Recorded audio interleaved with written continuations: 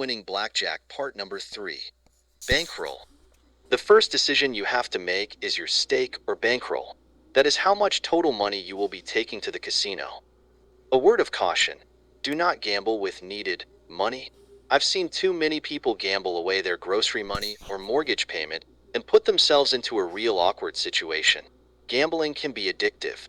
If you think you have a gambling addiction, that is, you are not gambling for entertainment or as a professional business, I urge you to seek help.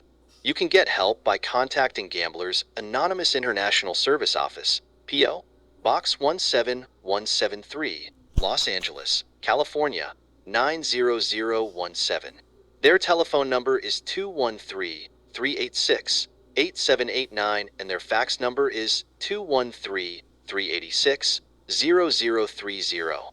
You can email them at isamain@gamblersanonymous.org and their website is http://www.gamblersanonymous.org.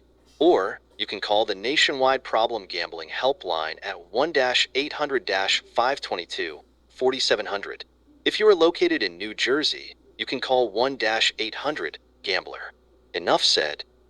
Now you will need to have the proper bankroll to play at a given table. It is all based on how much money that you plan on betting on your first bet.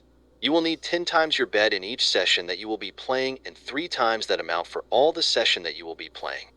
So if your first bet is $15, you will need $150 for that table to begin and a total of $450 action for 3 different sessions.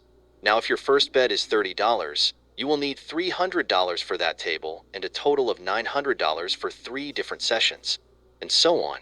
In both of these examples, you will have to play at least at a $10 minimum bet table. If your first bet is $75, you will need $750 for that table to begin and a total of $2,250 for 3 different sessions, and you will need to play at a table with a $50 minimum bet or less. Always remember that the maximum bet is important to take note of since your betting can increase as you continue to win consecutive hands in a row. If your first bet is $15, then you are playing $15 strategy, then you will need a total of $450 for 3 different sessions. If your first bet is $30, then you are playing $30 strategy, then you will need a total of $900 for 3 different sessions. If your first bet is $45, then you are playing $45 strategy, then you will need a total of $1,350 for 3 different sessions. If your first bet is $60, then you are playing $60 strategy, then you will need a total of $1,800 for 3 different sessions.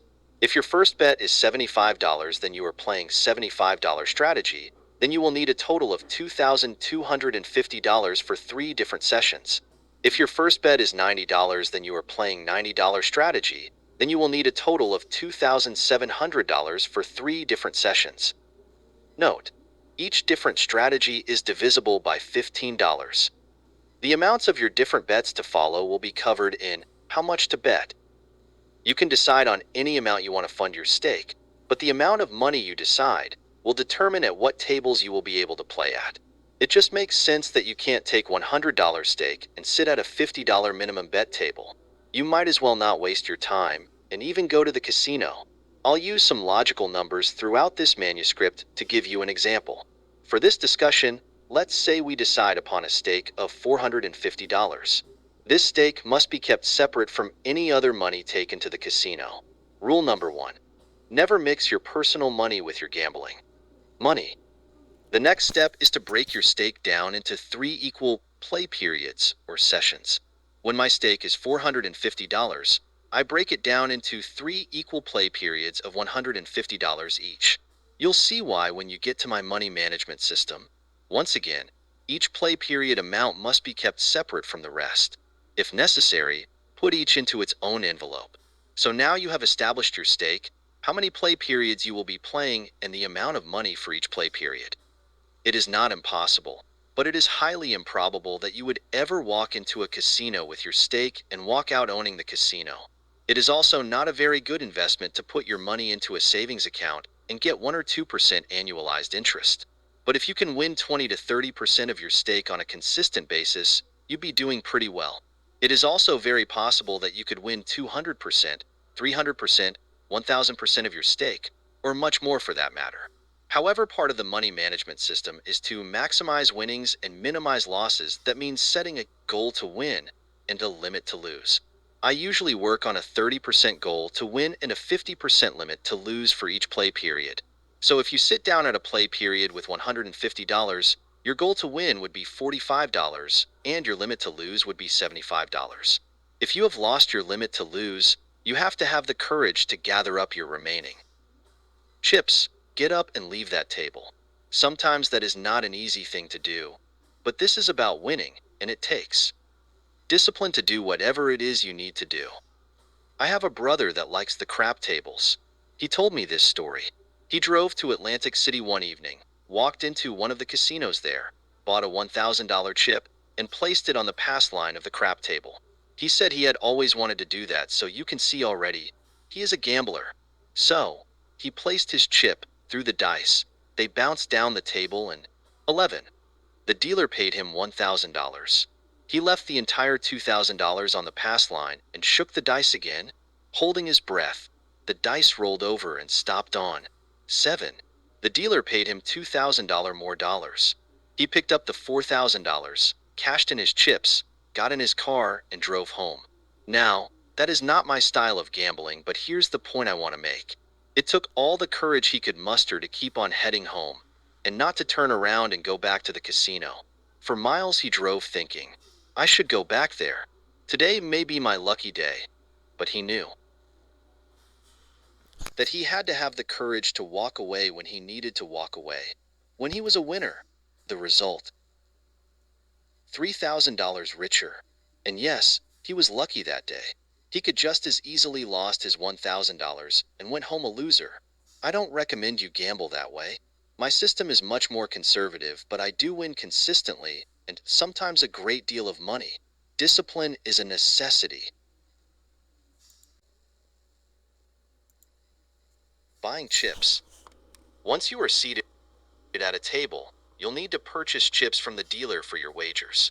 Place your cash out in front of you on the table felt. Some casinos might make you wait until the dealer shuffles to join the game. Don't try to hand your cash to the dealer for security reasons. He can't take anything from your hands. Simply lay the cash on the table.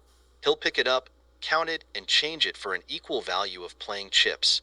He'll change the entire amount, push the chips across the table to you, and then drop the cash into a slot in the tabletop. Chip colors are fairly standardized at the different casinos.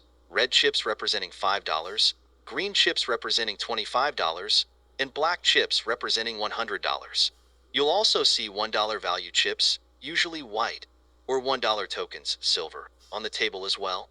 Some casinos also use a $2.50 chip that is usually pink in color. Chip colors above the $100 denomination vary widely, with purple a common choice for the $500 chip.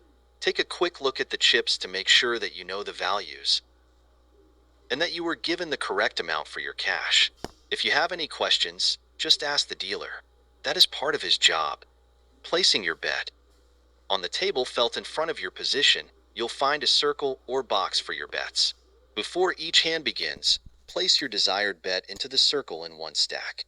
If you are betting various denominations of chips, place the larger value chips on the bottom of the stack and the smaller value chips on top. Once the cards have been dealt, you are not allowed to touch the bet in the circle. If you need to know how much you have bet for doubling or splitting, the dealer will count down the chips for you. Once the hand is over, if you are a winner, you can remove your chips from the circle and place your next bet. Below is a chart that will show your betting increments as you continue to win each hand up to the first 10 hands. After 10 winning hands in a row, you have options as to what your 11th bet, and so on, will be as you continue to win consecutive hands in a row. I will usually drop back to my 8th hand bet and continue on from there as explained in the chart below. However, you may elect to go back to your 3rd bet and proceed from there if you so decide. This chart will remain visual for about 30 seconds. Remember, you can pause or watch this video, as well as all of the videos from Learn Winning Blackjack, as often as you would like until you have the strategy memorized.